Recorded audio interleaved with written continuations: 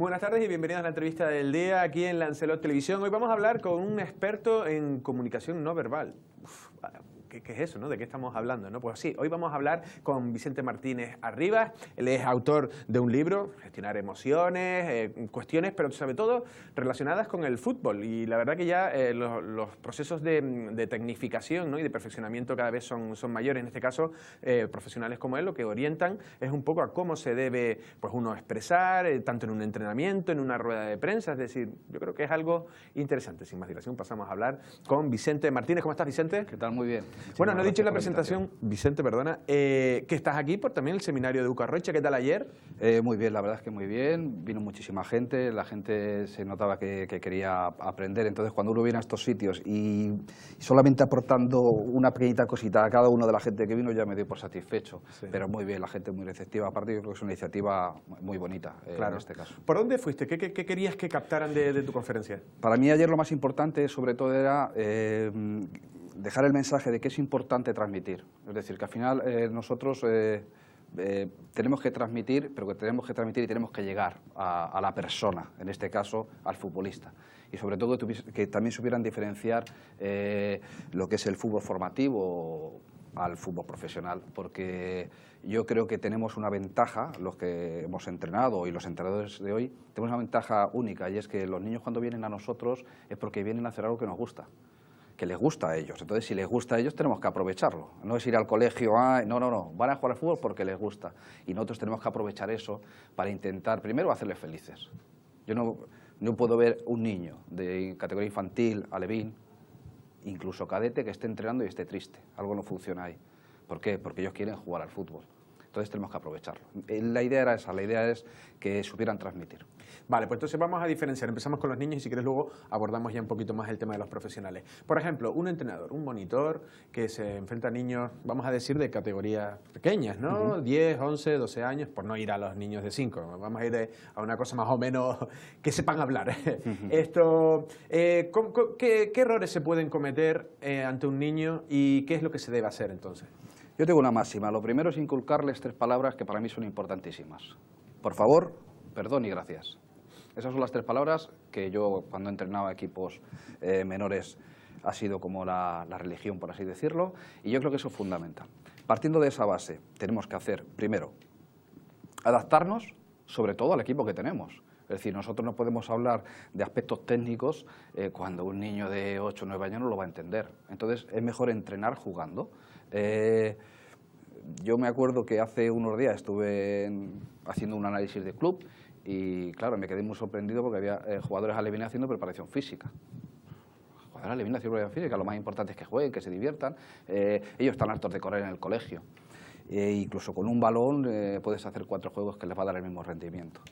Hay que explicarles las cosas despacio y sobre todo los tenemos que educar deportivamente. ¿Por qué? Porque esos niños, conforme van subiendo, si nosotros les creamos una buena base, evitaremos muchos problemas de futuro y muchos conflictos de futuro. Claro, antes me decías que incluso a veces utilizamos terminología complicada para ellos también. Sí, claro, tenemos que tener en cuenta que muchas veces pues estamos en un equipo y bueno, pues, hacemos ya frases hechas. Esto es una merienda de negros, por ejemplo, y tenemos a lo mejor a 2 chavales de color que están jugando con nosotros, o bueno, pero esto se hace, o sí, no hagas el indio, o entonces todas estas cosas tenemos que cuidarlas muchísimo, porque no tenemos que hacer separaciones. Es decir, yo no creo en el futbolista, hablo de niños, en el futbolista que ya desde pequeño pues ya es un crack y la vida al final nos va a poner donde nos tenga que poner. Yo el otro día estaba viendo un partido y hay un jugador en Barcelona que es de categoría infantil que ya tiene hasta una marca de, no voy a decir el nombre, pero bueno, tiene hasta una marca de ropa propia. Sí, patrocinio.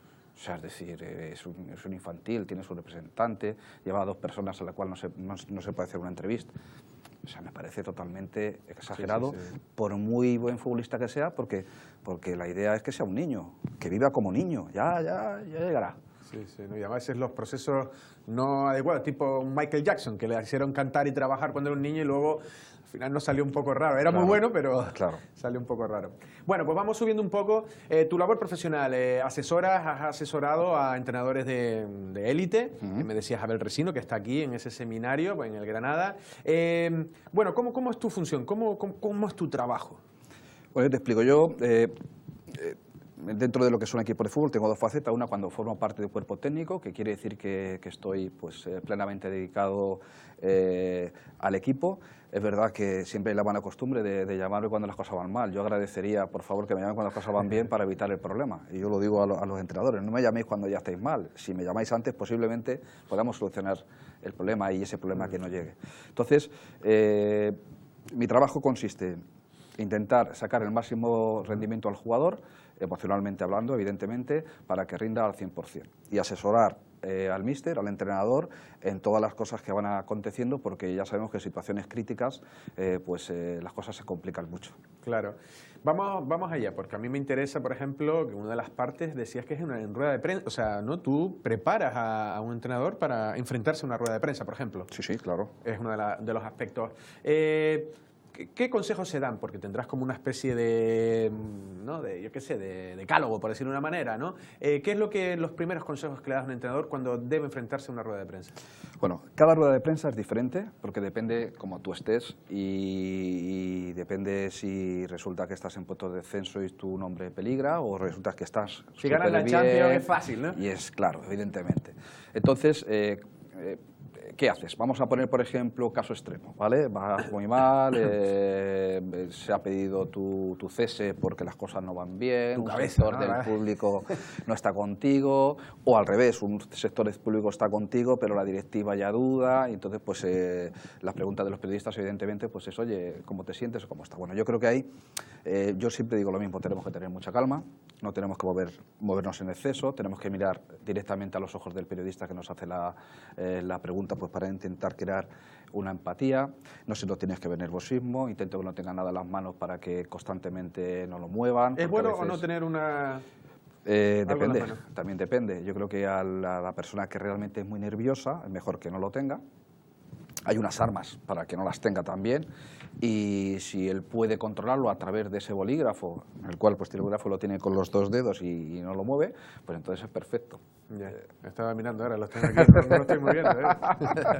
Pero si lo está moviendo mucho, entonces ya creas nerviosismo, y ese nerviosismo tú se lo trasladas a los demás. Sí, eso era tipo como Albert Rivera, hablando de política, le achacaron que era como muy nervioso, ¿no? Que si estaba con la chaqueta y... exactamente, se nota mucho. Aparte, yo me acuerdo cuando hicieron los 4 futuribles presidentes, ¿no? Que estaban de pie, eso fue un decálogo impresionante, yo me lo pasé pipa. Sí, no, ahí claro, analizaste...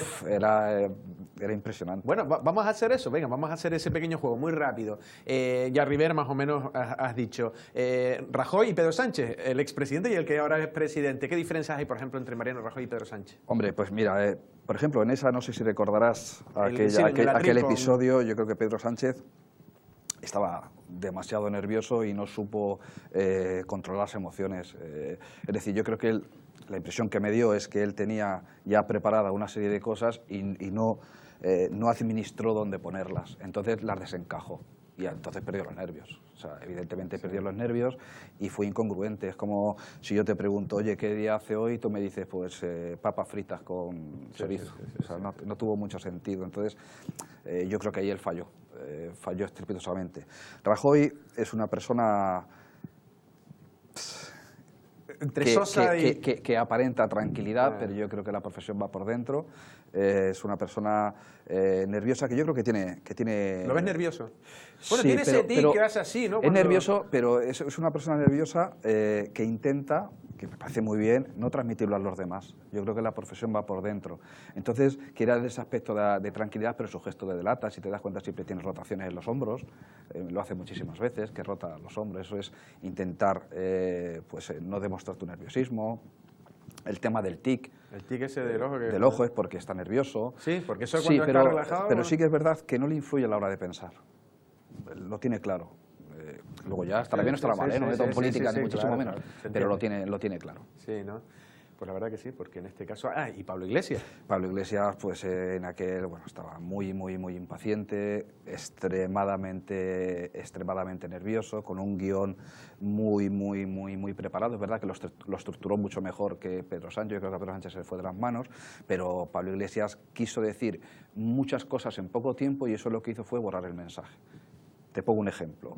No es lo mismo decir, este es mi jugador, que ese es mi jugador. No tiene nada que ver. Claro. Cuando tú dices, este es mi jugador, estás mostrando cercanía. Claro. Si dices, ese es mi jugador, Por ejemplo, si imagínate que estamos en un equipo de fútbol, ¿vale? Y yo siempre estoy en el campo en el entreno, yo llevo en mi libretita, voy apuntando. En el momento que dice, es que ese, pues ya veo que hay un distanciamiento entre los jugadores, a mí no me interesa, tengo que intentar corregir esa situación ya.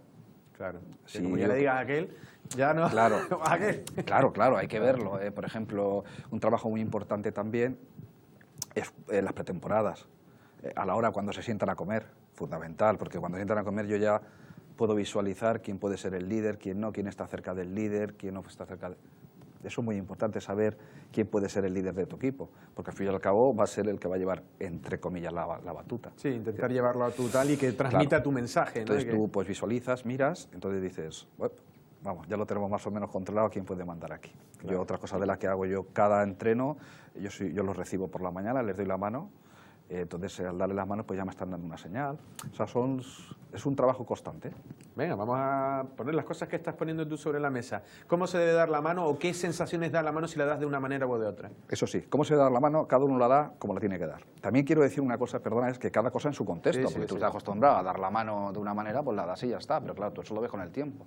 Pero por ejemplo, si tú das la mano de una manera fuerte, contundente, plana, pues quiere decir que es una persona con seguridad, ¿vale? Si tú, por ejemplo, das la mano y pones la otra mano sobre encima quiere decir que hay mucha cercanía, ¿vale? Que eres una persona empática. Sí, mostrar, sí. Si das la mano sin fuerza y suelta, quiere decir que eres una persona posiblemente insegura.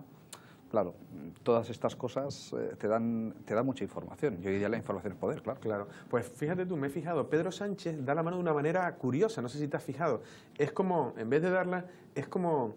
doble, y queda mal. A mí me ha llamado a mí la atención y digo, estéticamente, alguien le debería decir que no sé, que la ponga más recta o me ha llamado a mí la atención. Pero mira, eso está muy bien, porque aquí tiene dos connotaciones. La primera, si da la mano así, ¿por qué la da así? O sea, porque la da así. Perfecto, muy bien. Se puede corregir, pero bueno, él la da así. El problema es que la dé así porque le han dicho que haga algo y lo está haciendo mal. Porque lo que está demostrando es mucha inseguridad. Pues sí, ¿Me entiendes? Yo, por ejemplo, cuando no es estético, ¿no? Cuando hablo con los profesionales le digo eso, o sea, tenemos que estar seguros de lo que hacemos. Si yo, por ejemplo, voy a dar una rueda de prensa, vamos cambiando temas, pero bueno. Sí, está perfecto. Si vamos a dar una rueda de prensa, por ejemplo, y yo me pongo así, ya en principio ya estamos, entre comillas, evidentemente, dentro del contexto, estamos provocando un poquito ya al periodista, lo estamos poniendo echados hacia adelante, con tenso, ¿vale? Por ejemplo, si apretamos mucho los labios. Sin embargo, si ponemos una postura erguida, ponemos las manos en ojiva y con la espalda recta, pues quiere decir que estamos prestando atención y que queremos colaborar o escuchar al periodista. Sí, no, la verdad que sí. En este caso, las ruedas de prensa, seguimos con eso. Ya sé que me vas a decir, antes me lo comentabas, que tú no conoces los casos de determinados entrenadores con los que no has trabajado, pero bueno, la impresión que a ti te ha dado, como me la pueda dar en una rueda de prensa. Por ejemplo, este año no, porque Valverde era para mí más completo, pero Luis Enrique, un tipo de persona, y Zidane.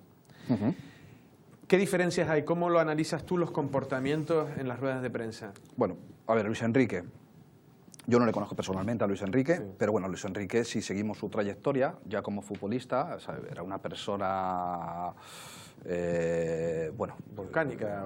Sí, digamos que volcánica, que cuando no estaba de acuerdo con algo no le importaba decirlo, hay que recordarnos del partido contra Corea, etcétera, etcétera, etcétera. Luego es entrenador. Él tiene su ideología, él pone su forma de trabajo. Yo recuerdo, por ejemplo, y recordarás conmigo cuando él está en el Celta, que hace poner un andamio para entrenar desde el andamio, desde arriba, con las gafas de sol. Claro, cuando tú ves eso, te puede enviar dos mensajes, ¿vale? El mensaje al futbolista puede decir, bueno, ¿qué pasa? Que tiene que ir a chulear, se pone desde arriba, está entrenando a los demás, con las gafas, ¿sabes?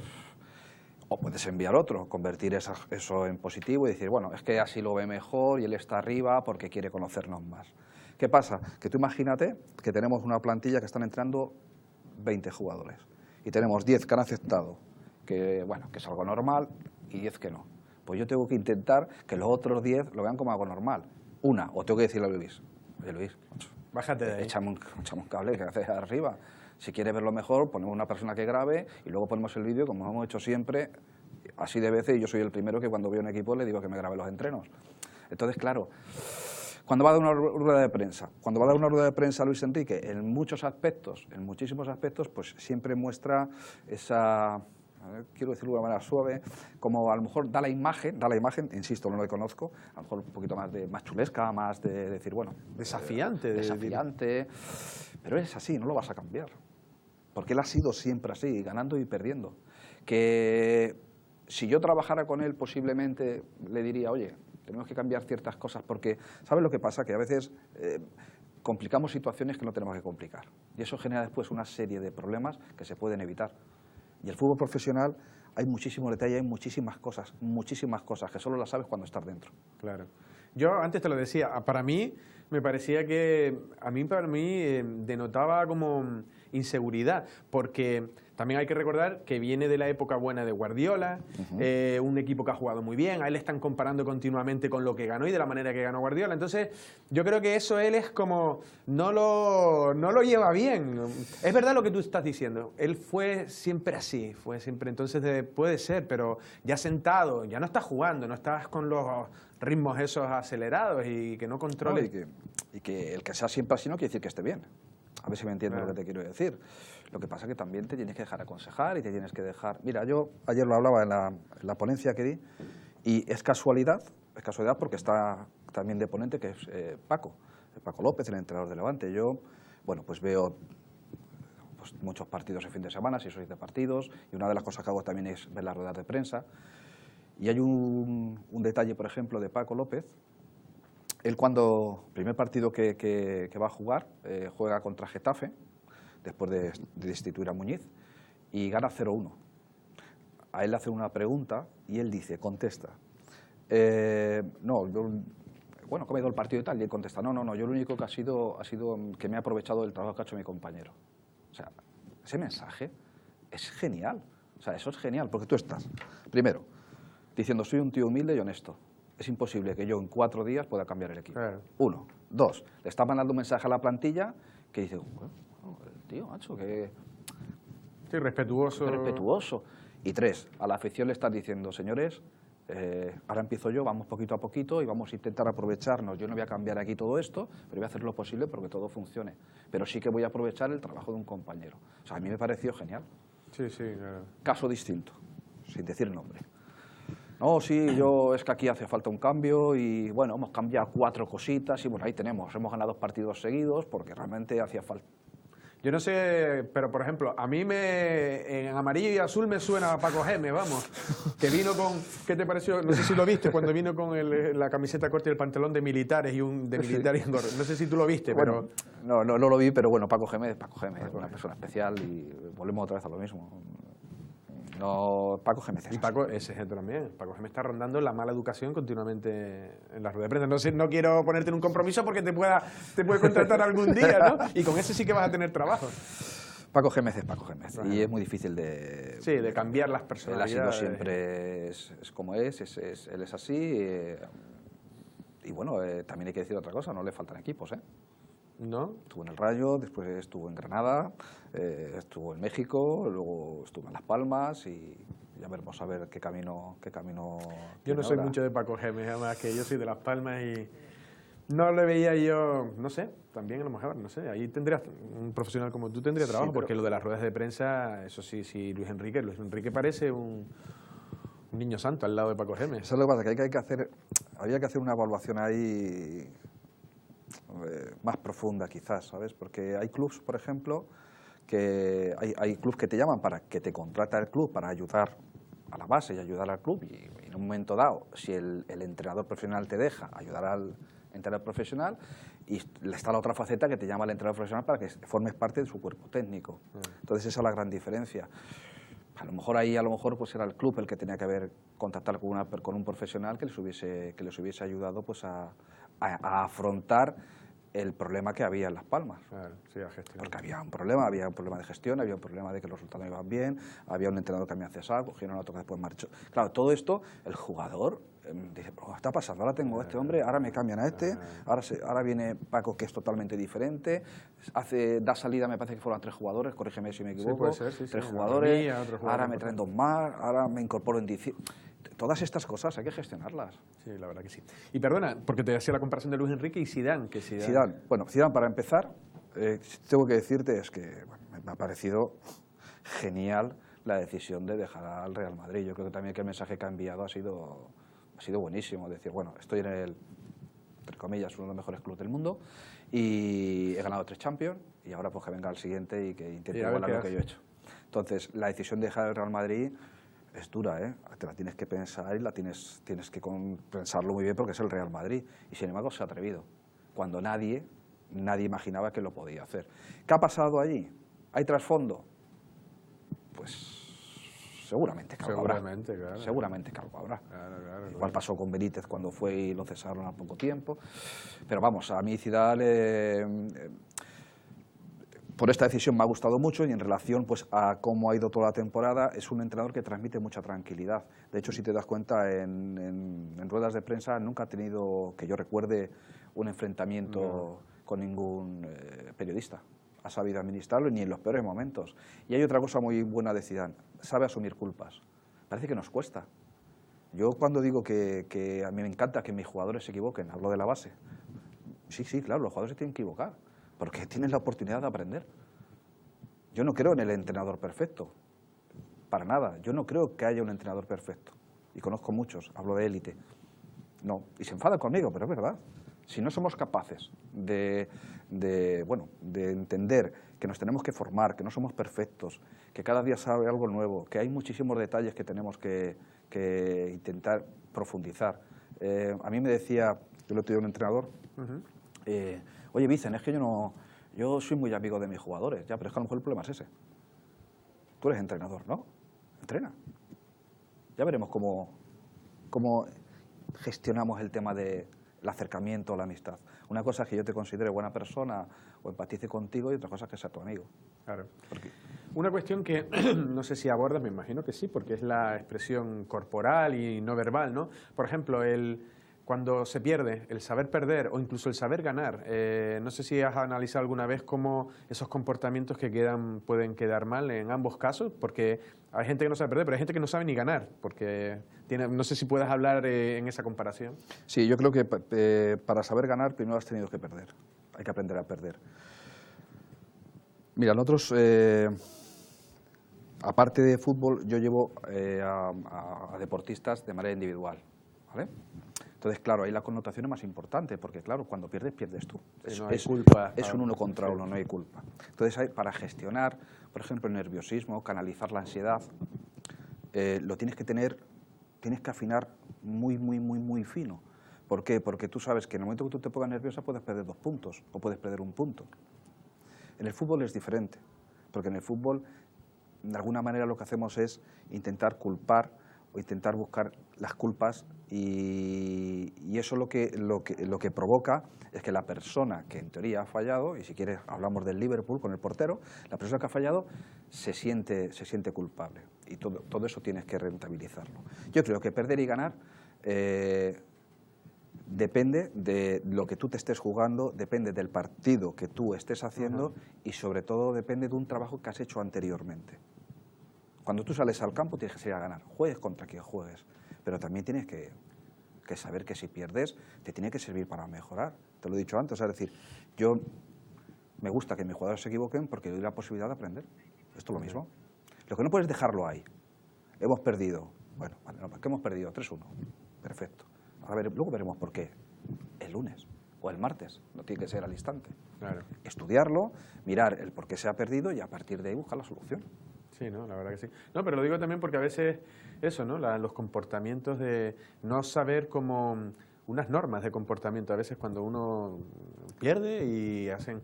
No sé, yo por ejemplo el otro día oí una charla de Tony Nadal, el tío y entrenador de Rafa Nadal, y él explicaba la situación cuando llegó Rafa con 17, 18 años, muy fuerte, y decía, los número unos en aquel momento eran Hewitt, 21 años, Federer, 21 años, ahora no me acuerdo, otros de 21 años y algunos mayores que eran Agassi y Moyá, pero dice, ahora número uno, Federer, Nadal, Djokovic, 32, 33, del Potro, no sé cuánto. Entonces dice, ¿qué está pasando aquí? Y explicaba un poco que lo que viene a ser es que ahora se les da nutricionistas, se les da técnicos, pero lo que les hace falta es el respeto, el trabajo, el aprender cuando, ¿no? Venía un poco a decir eso. Y es que es verdad que hubo un torneo aquí de tenis y me llamó la atención, me parecieron muy mal educados los jugadores. Era un torneo ya, un challenge, ¿no? Era como la fase previa a los... Y eran muy mal educados con el juez de silla. Y digo, y cuando vi lo de Tony Nadal, digo, es que eso es verdad. O sea, yo creo que la cosa está cambiando.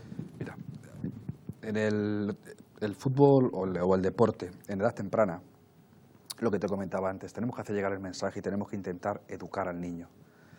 Si nosotros empezamos desde pequeños, desde que son benjamines, alevines, lo que te comentaba, por favor, perdón, gracias, intentamos inculcar los valores esenciales para convivir con los demás. Intentamos inculcar el compañerismo, lealtad, honestidad, humildad. Todas estas cosas son más importantes que el fútbol, porque hay que ser honestos. ¿Cuántos jugadores benjamines podrán llegar a ser profesionales?